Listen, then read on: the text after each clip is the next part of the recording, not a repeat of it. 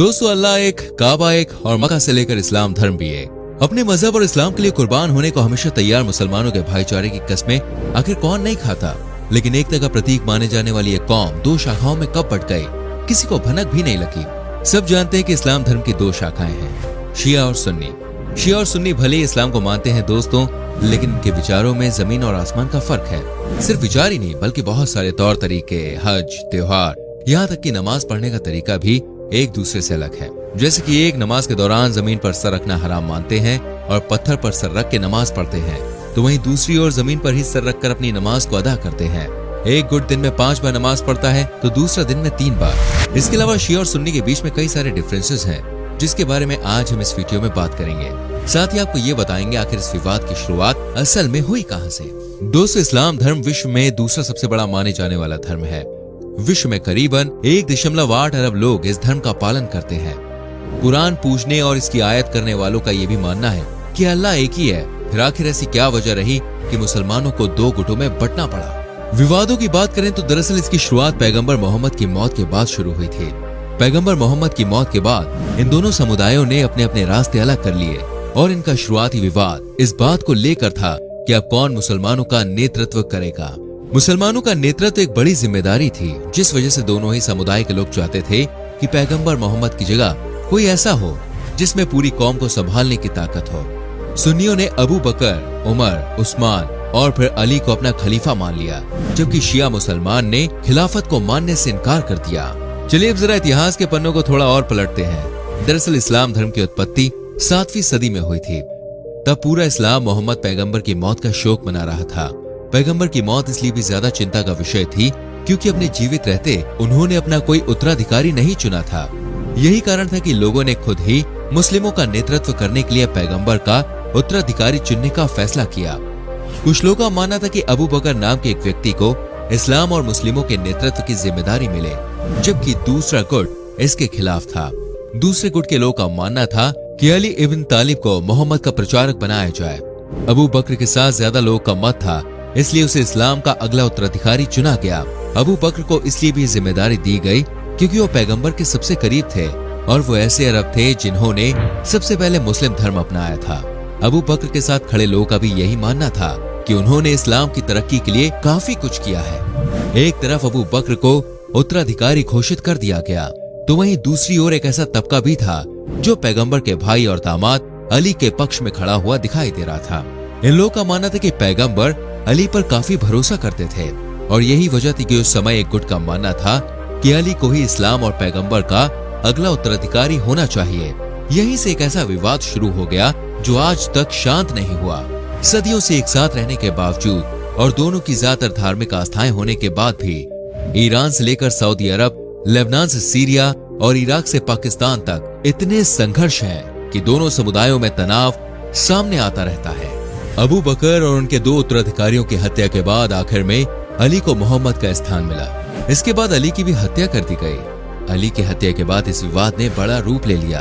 ये विवाद इतना ज्यादा बढ़ गया कि एक इस्लाम को मानने वाले ये दोनों समुदाय अलग अलग विचारों के साथ इस्लाम को मानने लगे। यहाँ तक नमाज अदा भी इन दोनों ने अलग अलग तरीके से करनी शुरू कर दी। चलिए अब इन दोनों समुदायों में क्यों तौर तरीके बदले, इसके बारे में आपको बताते हैं। दोस्तों, सबसे पहले बात करते हैं नमाज पढ़ने के तरीके की।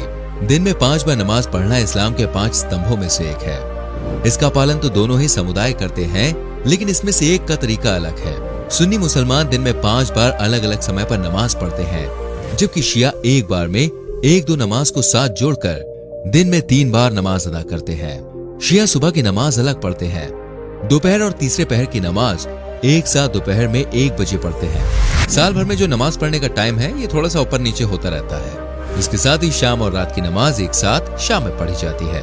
लेकिन ये तरीका आज तक सुन्नी को समझ में नहीं आया। सुन्नी को नमाज पढ़ने का ये तरीका हमेशा गलत लगा, जबकि शिया मुसलमानों को इस तरह से नमाज पढ़ना हमेशा से सही लगता आया है।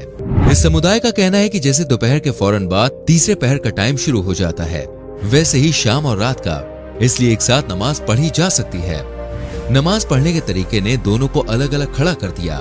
नमाज के समय के अलावा दोनों के बीच नमाज पढ़ने के तरीके में भी अंतर है। सुन्नी मुसलमान हाथ बांधकर नमाज पढ़ते हैं और शिया मुसलमान हाथ छोड़कर नमाज पढ़ते हैं। सुन्नी का मानना है कि उनका नमाज पढ़ने का तरीका मोहम्मद साहब की नमाज के पढ़ने के तरीके से मिलता है, जबकि शिया अपने तरीके को मोहम्मद साहब का तरीका बताते हैं। इतना ही नहीं, कब्र पर भी नमाज पढ़ने को लेकर सुन्नी और शिया में बहस छिड़ी रहती है। सुन्नी कब्र पर कभी भी नमाज नहीं पढ़ते, उनका कहना है कि इससे अल्लाह नाराज हो जाते हैं, जबकि शिया का कहना है कि कब्र पर नमाज पढ़ने से उनके पूर्वज खुश होते हैं और उन्हें आशीर्वाद देते हैं। अब बात करते हैं दोस्तों त्योहारों की। मुस्लिम्स को आपने मुहर्रम मनाते हुए देखा होगा। इस त्योहार को खुशी का नहीं बल्कि मातम का त्योहार माना जाता है। इस्लामिक कैलेंडर में साल का पहला महीना मुहर्रम का ही होता है। मुहर्रम में शिया हुसैन की शहादत में पूरे 2.25 महीने शोक मनाते हैं। इस दौरान वो लाल, गुलाबी, पीले कपड़े नहीं पहनते। मुहर्रम को गम का महीना कहते हैं क्योंकि ये इमाम अली के बेटे हुसैन की शहादत का इस्लामी महीना है। इस महीने की 10 तारीख को करबला में हुसैन का कत्ल कर दिया गया था।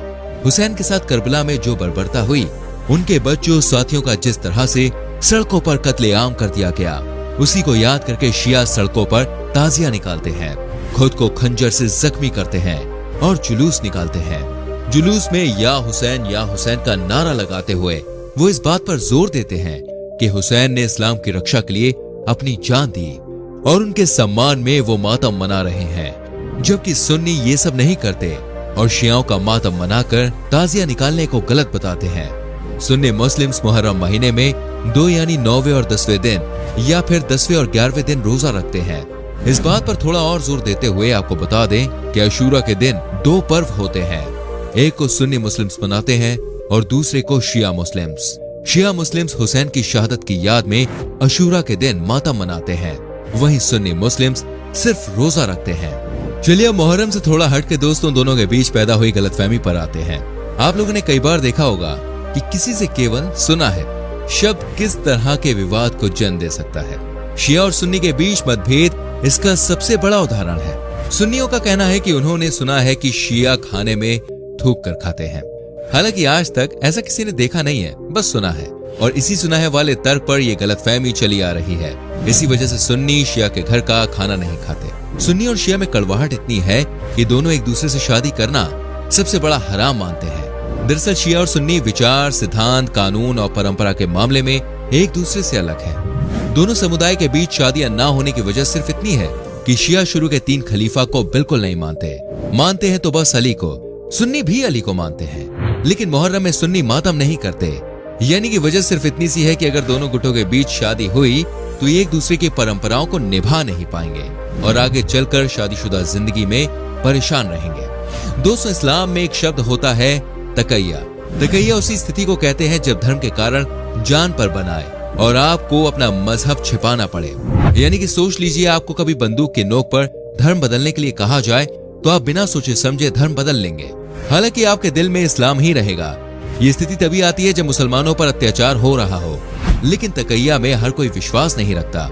शिया तकैया को मानते हैं, जबकि सुन्नी इसके सख्त खिलाफ हैं। उनका मानना है कि अपना धर्म बदलने से अच्छा है अपनी जान दे दो। लेकिन सुन्नी ये मानते हैं कि अगर कोई आपको जबरदस्ती शराब और मीट का सेवन करने को बोल रहा है तो तकैया का इस्तेमाल किया जा सकता है। मुसलमानों में ज्यादा संख्या सुन्नियों की है दोस्तों, जो कुल मुस्लिम आबादी का 85% से 90% है। हाल ही में किए गए एक रिसर्च में यह बात पता चली है कि करीबन 40% सुन्नी मुसलमान शिया को असली मुसलमान ही नहीं मानते। सुन्नी मुख्य रूप से इंडोनेशिया, चीन, सऊदी अरब, पाकिस्तान आदि देशों में रहते हैं। शिया मुस्लिम जो मुस्लिम धर्म के 10 से 13% लोग हैं, ये मुख्य रूप से इराक, ईरान, अजरबैजान और बहरीन में रहते हैं। भारत में रहने वाले 17 करोड़ मुस्लिम्स में से सबसे ज्यादा आबादी सुन्नी मुसलमानों की है। देश में तकरीबन 15 करोड़ सुन्नी हैं और 2 करोड़ शिया मुस्लिम्स रहते हैं। शिया मुसलमान भारत में बड़ी मात्रा में रहते हैं, दिल्ली, हैदराबाद और लखनऊ के इलाके में।